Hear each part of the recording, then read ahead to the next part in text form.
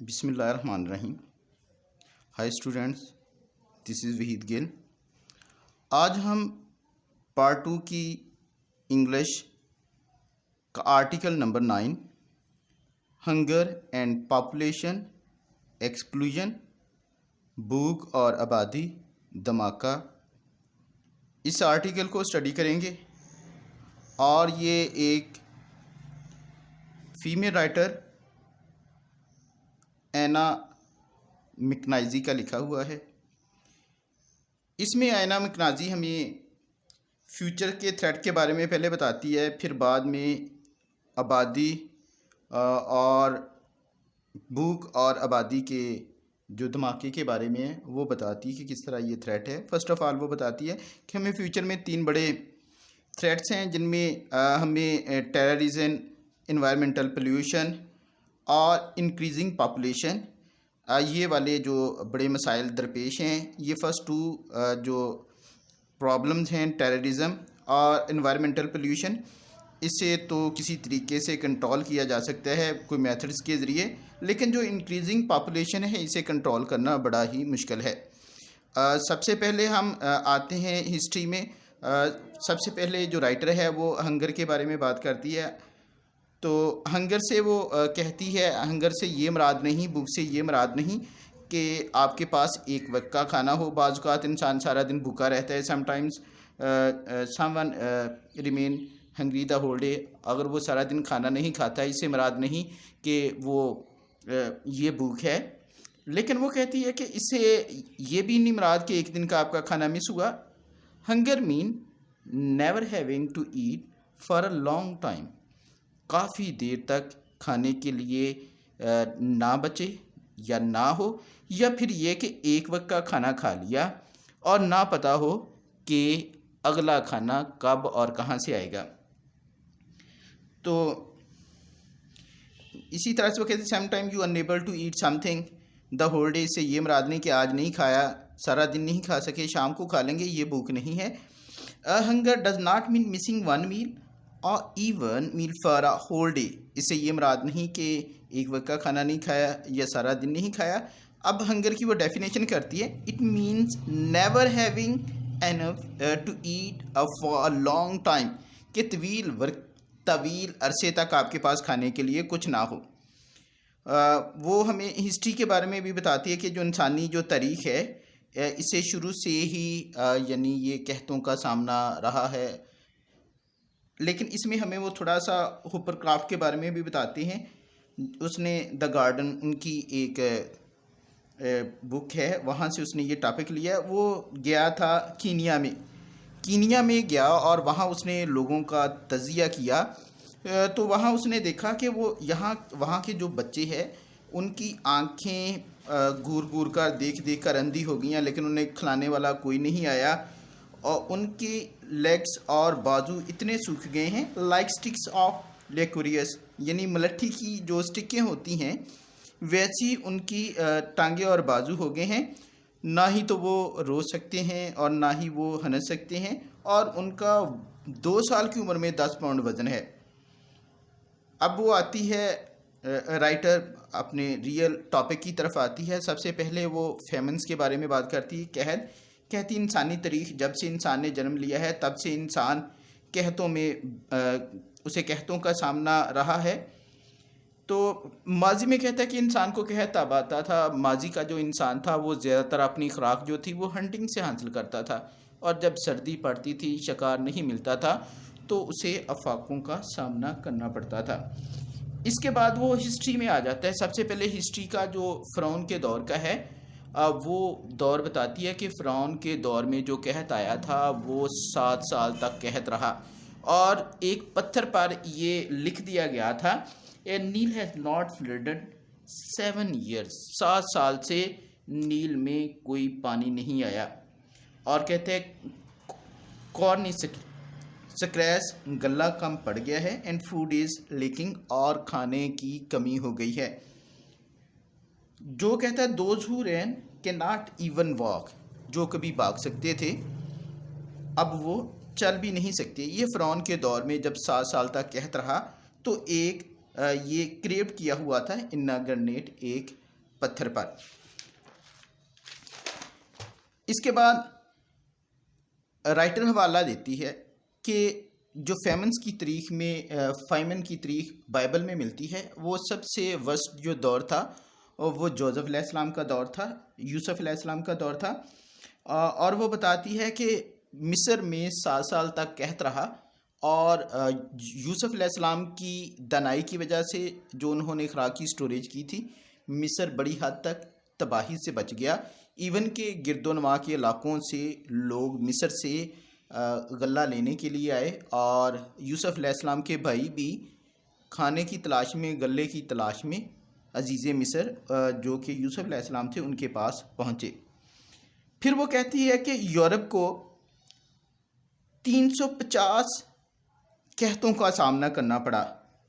ईसा अलैहिस्सलाम की पैदाइश से लेकर 18वीं सदी तक यूरोप को 350 कहतों का सामना करना पड़ा।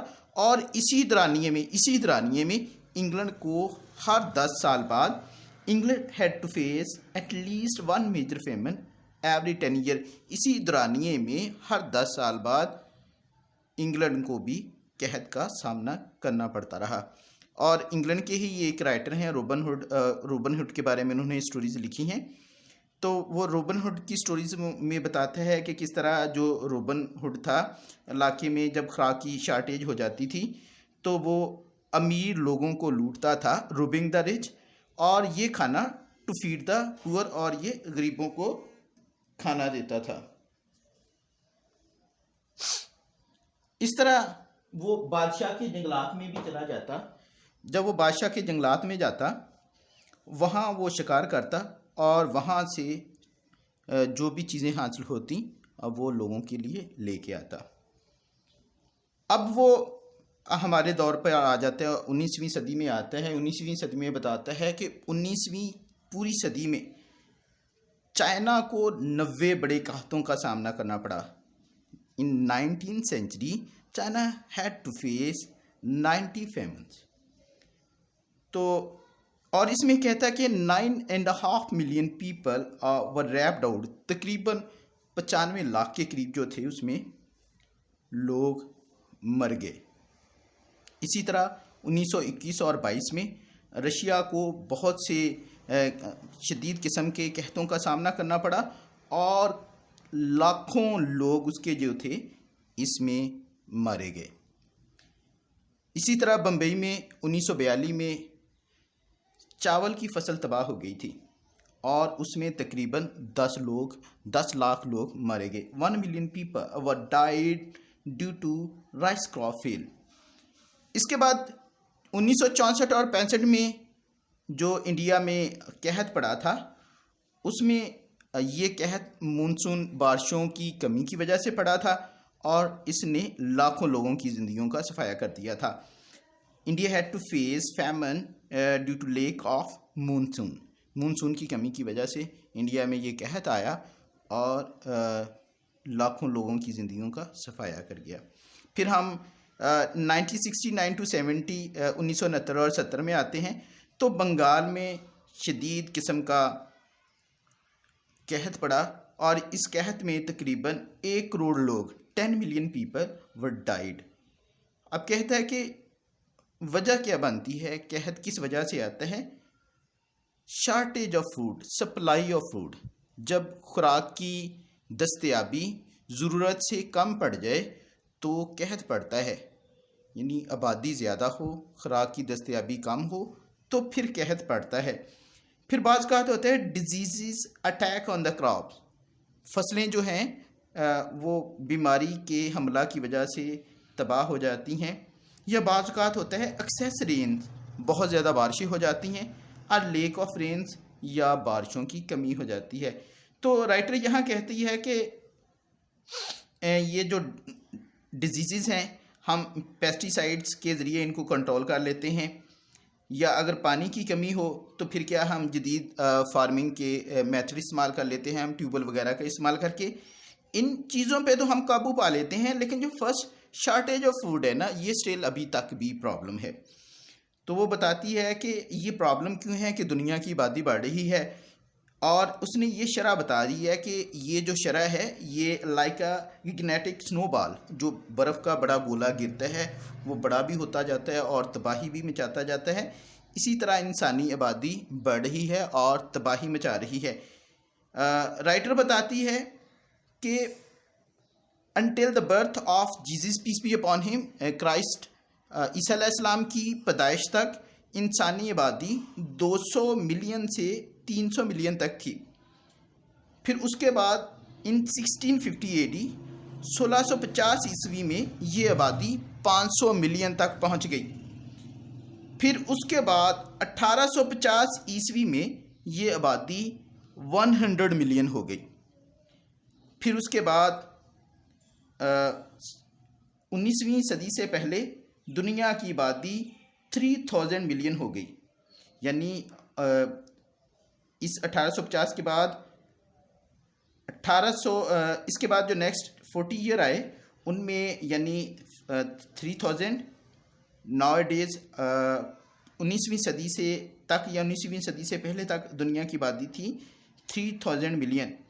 और राइटर कहता था उस वक्त कि इसी तरह से अगर ये आबादी बढ़ती रही तो आइंदा 40 साल में ये डबल हो जाएगी। ये राइटर ने पुराने दादोशुमार बताए थे, लेकिन जो लेटेस्ट जो तहकीकात हैं, जो लेटेस्ट रिपोर्ट्स हैं, उनके मुताबिक आज हमारी आबादी 7000 मिलियन है। इंसानी आबादी 7000 मिलियन है। तो राइटर कहते हैं कि आबादी बढ़ने की जो मेन वजह है वो बर्थ रेट और डेथ रेट है। राइटर कहता है आप यूके में चले जाएं, 1963 में जो आबादी थी वो 18.2 पर 1000 यानी फ़ी हज़ार में 18.2 थी। और जबकि एक साल में यानी 1963 में कहता है 16.6 या 11.6 पर 1000 या 11.6 फ़ी हज़ार में थी। यानी उसने बताया कि पॉपुलेशन जो ग्रोथ थी वो 6.6 पर 1000 के हिसाब से पर ईयर में बढ़ी। यानी ये उसने नीचे बताया।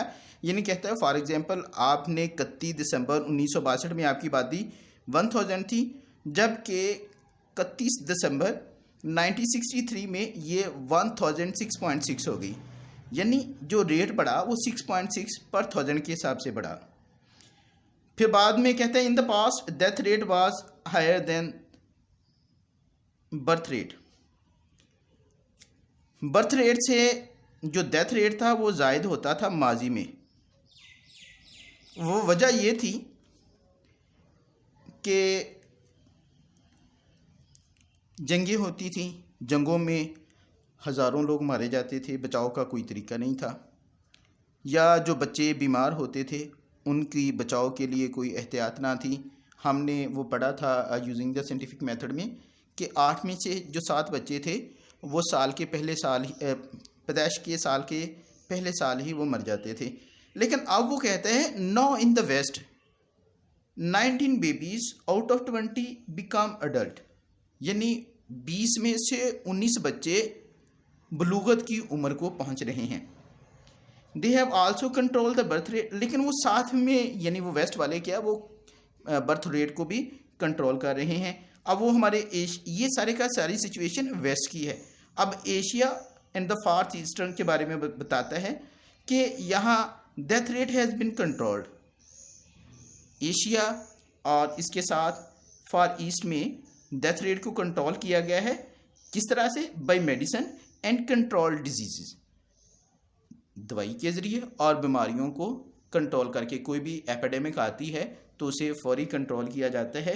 इस वजह से हमारे एशिया और फार ईस्ट में डेथ रेट को कंट्रोल किया गया है। फॉर एग्जांपल वो बताते हैं सेल्यून यानी श्रीलंका जो है वहाँ बीमारी जो मलेरिया की हिट हुई थी और उन्होंने DDT मेडिसिन यूज़ की, जिससे इस बीमारी से 33% डेथ रेट को कंट्रोल कर लिया गया। यानी इस बीमारी ने बहुत हद तक मलेरिया को कंट्रोल करके डेथ रेट को कंट्रोल किया। इसी तरह याज भी एक बीमारी थी इसी एशिया के इलाके में। तो याज क्या होती थी कि छोटे छोटे पिंपल, छोटी छोटी फिंसियाँ निकलती थी, फिर वो बड़े बड़े जो फोड़े होते हैं उनमें बदल जाती, फिर ये सारी की सारी जिस्म में फैल जाती। इस तरह सारे जिस्म को अल्सर हो जाता और इसे कंट्रोल करना मुश्किल हो जाता है। इससे जो मसल थे उनको इफेक्ट होता था और जो हड्डियां थीं वो अपनी जगह से टेढ़ी हो जाती थी, हड्डियां मुड़ जाती थी। इसके इलाज के लिए उन्होंने पेनिसिलिन का इस्तेमाल किया और penicillin is used for its treatment. इसके इलाज के लिए पेनिसिलिन को इस्तेमाल किया गया और इसने इस बीमारी को कंट्रोल कर लिया। अब इसके बाद वो कहता है कि अगर आप शरह को देखें, शरह पैदाइश को, शरह मौत को, तो जो डेवलप कंट्रीज़ हैं इन लोगों ने डेथ रेट और बर्थ रेट दोनों को बड़ा मेंटेन किया है।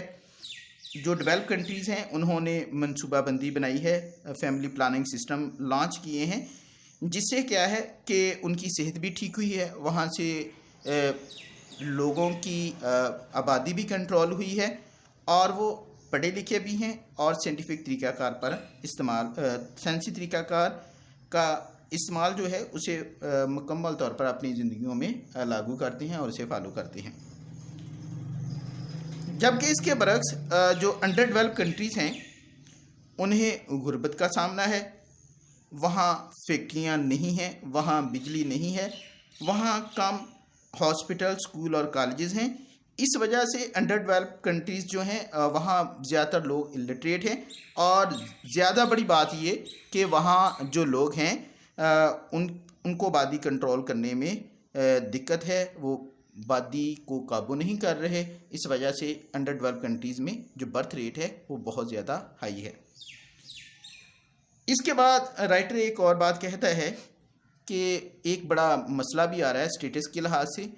इस तरह का सिस्टम बनाया गया है कि उससे अमीर से अमीरतर होता जा रहा है। Rich is becoming richer while the poor is becoming poorer. जो टेक्निक ऐसी चल रही हैं दुनिया में जिससे अमीर से अमीरतर हो रहा है और गरीब से गरीबतर हो रहा है। राइटर कहते हैं इन सारी चीज़ों को एक बाकायदा प्लान के ज़रिए ही कंट्रोल किया जा सकता है।